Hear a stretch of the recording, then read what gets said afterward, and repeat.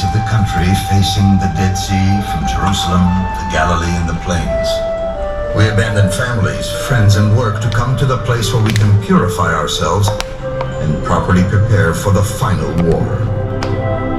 Every Jew who came along did so to get close to the right way and to stay away from the sons of darkness, evil people. Among them you will even find high priests from Jerusalem. He who believes in our way is the son of light, and when the final war begins, all our opponents will be destroyed. But in the meantime, we are here. Here in this holy place, no one can distract our minds from worshiping the Lord. We don't possess much, and the little we have we share equally. The good Lord, He supplies us with all our needs, even in this barren desert. This morning, while working in the date grove, a neighbor from Enot Kaneh, a 5-hour walk from here, passed by. He told us of the bitter end of one John the Baptist, whose head was severed by King Herod. Suddenly, I remembered we too had one by the name of John. Years ago, he came to us and requested to volunteer. Each new candidate undergoes a thorough examination and, once accepted for a season of study, joins us in work as well. At the end of 2 years' time, just before becoming a full member, he arose, broke his vow to Yachad, and left. Twice daily, we bathe together in the purifying bath in order to be sanctified in the pure waters. And after bathing, we gather together to dine. First, we taste from the pure bread that was prepared for us by the high priests, and then from the wine. When we went for our evening's toil, we inscribed the high priest's words describing the Lord who created the spirits of light and darkness, and thereupon based every deed. The first was greatly loved by God, each of its actions desired. The second, and all that it encompassed, He despised forever. At the end of a day's work, we bathed again, and after purifying ourselves, gathered together for the evening meal. We dined in reverent silence, even when troublesome thoughts prey upon us. After the meal, I arose and asked for permission to speak. Could it be that the man who was murdered, of whom we heard from the passerby, was the same John that was with us and then left? It is not the same man, replied the high priest, and in truth we would be better employed in the studies of the Holy Scriptures rather than wasting our time in the idle talk that spoils the spirit of Yachad. The wrath that ensued was so great that a remark was noted in the book in my disfavor. After having been punished, things calmed, and we resumed our studies as we do every night until a third of the night has passed. But of these things I am not permitted to tell you. We may not reveal our secrets to anyone. Only we, the sons of light, are allowed to share the secrets of Yachad. This alone may be revealed. All is predestined. There is no free will. Even before the time of creation, it was inscribed that you, somewhere in the future, would hear and see these words. It is God's wondrous plan that brought you today to this pure and sacred place. And God willing, perhaps the secrets may be revealed unto you.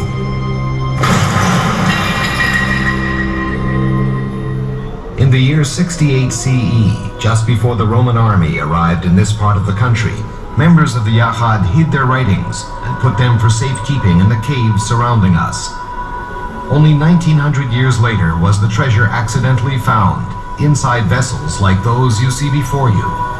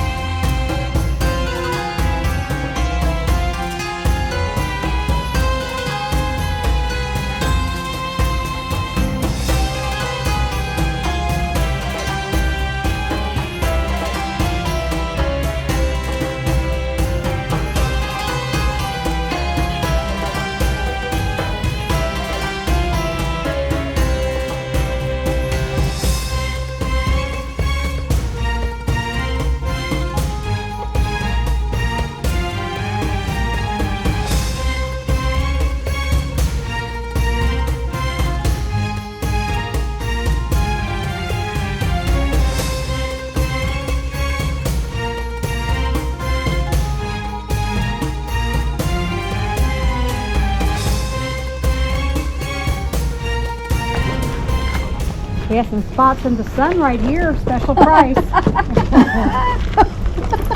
It's in the sun. Now, we're talking about a community called Essenes, Sons of Light, who disargued or left the temple. Disargued the people of Jerusalem in the temple, left the temple, no more holy stone for them. They came and lived here in Qumran. We said that the Jews had to go to the temple at least 3 times a year. Those people stopped going to the temple, no more holy stone for them. We are talking about a very religious Jewish community. Being a religious Jew, they had to recopy the Bible and write their community laws. So they spent the day recopying the Bible. We're talking about the Old Testament. Now, when the Jews revolted against the Romans in Jerusalem in 66 AD, the Essenes were afraid that the Romans will come and see their community center, and they decided to hide the scrolls in jars and hide the jars in caves. We didn't know a lot about the Essenes until 1900 years later. What happened 1900 years later? Are you coming next year? What happened 1900 years later?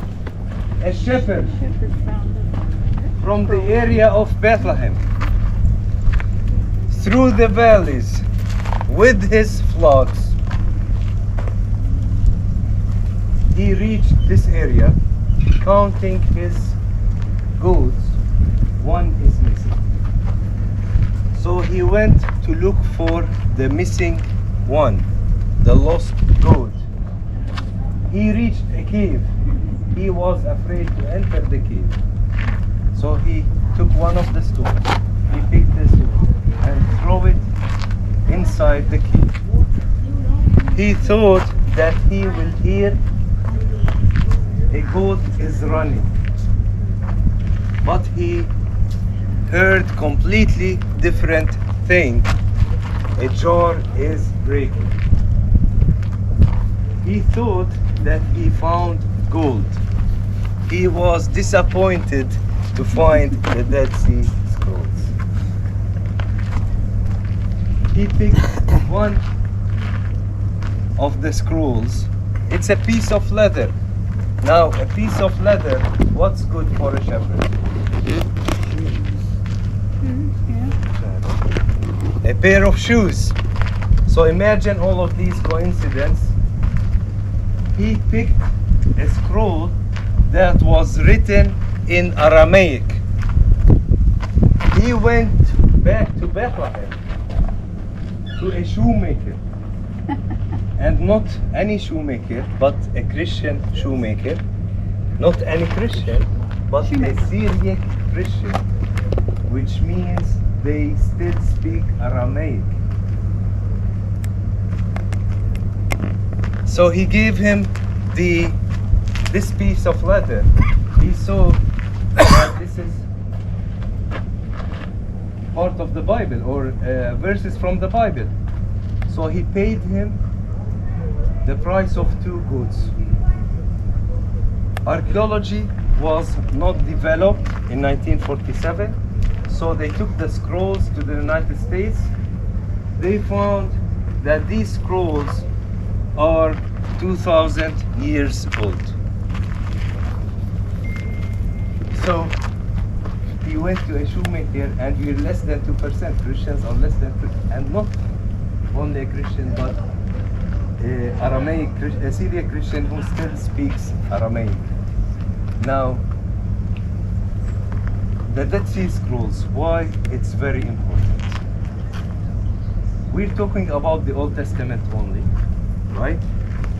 And the Old Testament that we have today, we have two copies. One goes back to the 14th century AD after Christ, and the second copy, or the oldest one we have, goes back to the 10th century AD, 1,000 years after Jesus. And there is the Christians follow one of, there is a little difference between the two. The one that was found here is very similar to what Christians follow 2,000 years ago. Now, Qumran, what does it mean? Two moons. Why two moons? Qumran or Qumran, two moons. Well, Jerusalem is this direction, and Jerusalem is high up on the mountains, 2,700 feet above sea level. The Dead Sea, we're next to the Dead Sea. The Dead Sea is 1,300 feet below sea level. It's only 25 minutes driving, 30 minutes driving to Jerusalem. So the column of pressure above the Dead Sea is much higher than the column of pressure above Jerusalem. So clouds coming from the Mediterranean Sea, from the western side, when it starts to rain on the Judean mountains. When it gets to Mount of Olives, due to the high column of pressure over here, the clouds will be separated away or pushed fast to the other side. So most days and nights of the year, the sky is very clear. You can see the moon is very clear. Sometimes you can see the moon during the day. But why two moons? Sitting halfway or sitting up on the mountain over there, you'll see two moons. One up on the one in the sky, and the other one reflected on the Dead Sea, because the Dead Sea is very clear.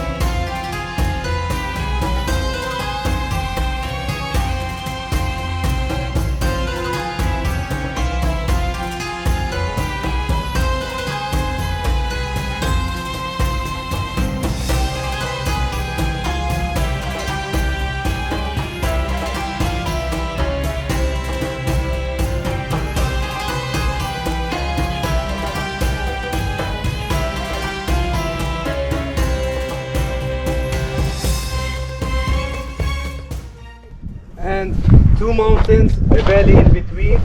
And can you see the difference in color of the stone? You have white color, the valley is white, and you have the mountains is brown. So as I mentioned, we have right over here a mikveh, a ritual bath. We're talking about a very religious Jewish community, and Jews had to purify their bodies. They go into the water to clean their body before they pray.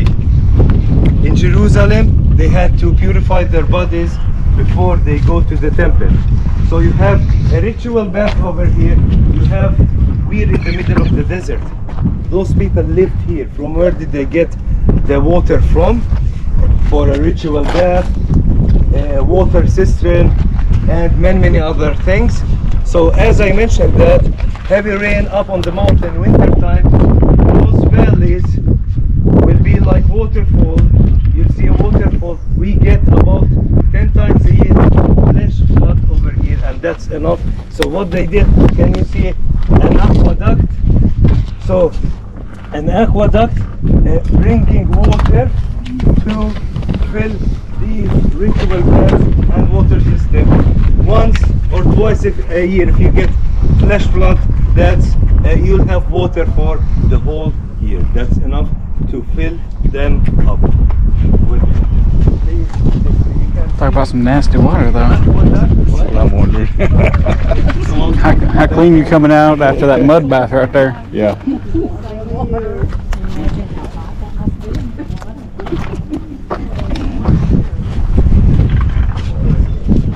Whether they need it or not. They should have washed. They wash the white sand For that water.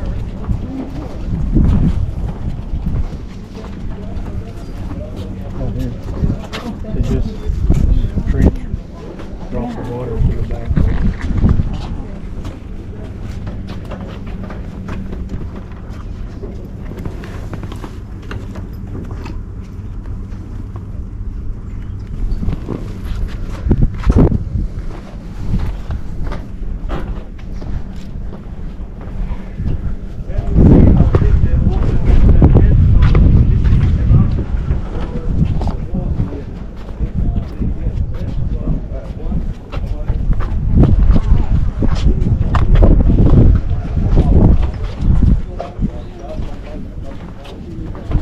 Some big ritual baths. The men were bigger in those days. They were man's men.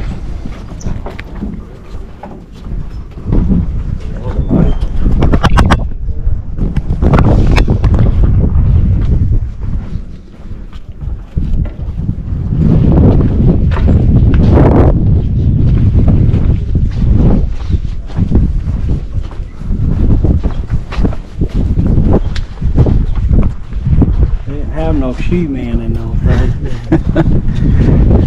They knew which bathroom to use, is that what you're saying? Yeah. Of course, can you all hear me? Doctor, can you hear me? Of course. Now, how many people live in this city or in this village, Qumran? How many people? Well, we said that in 68 AD, the Romans saw their community center and killed every single one of the Essenes. Now, how do we know? We're talking about a community of only men.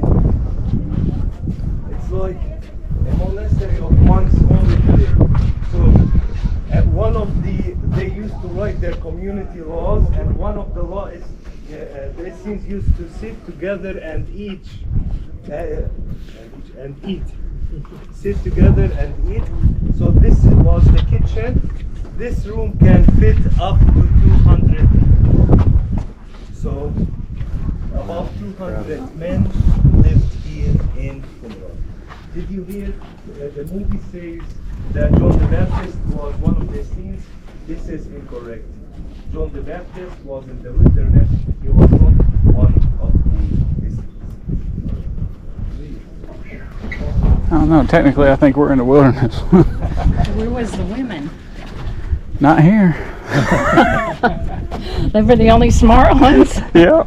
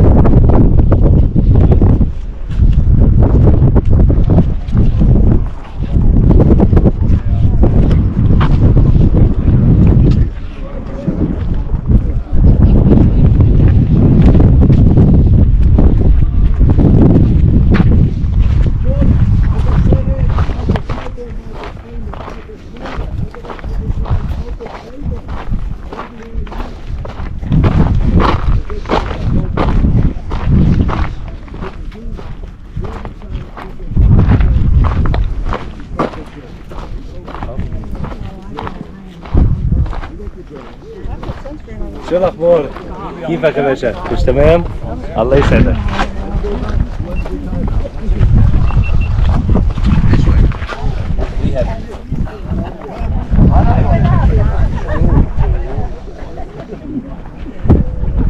Can you all hear me? Can you all see this food?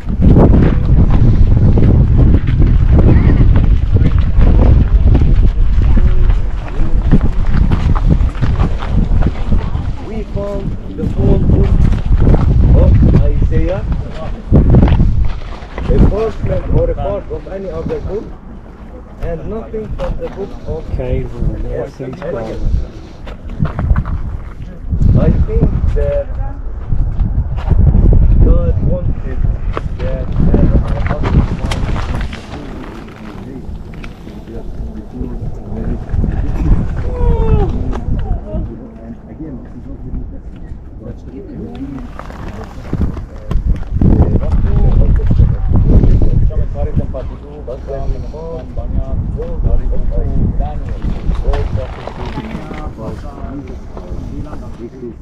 it is seen as the Christian Bible.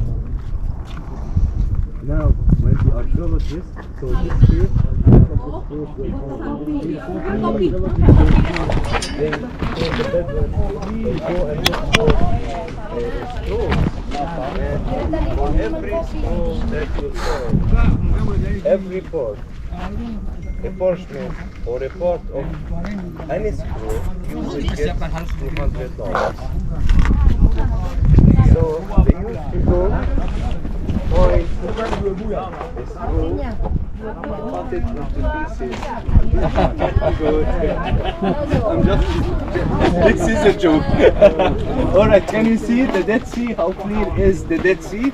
So again, Qumran, if you sit up there at night, you see two moons.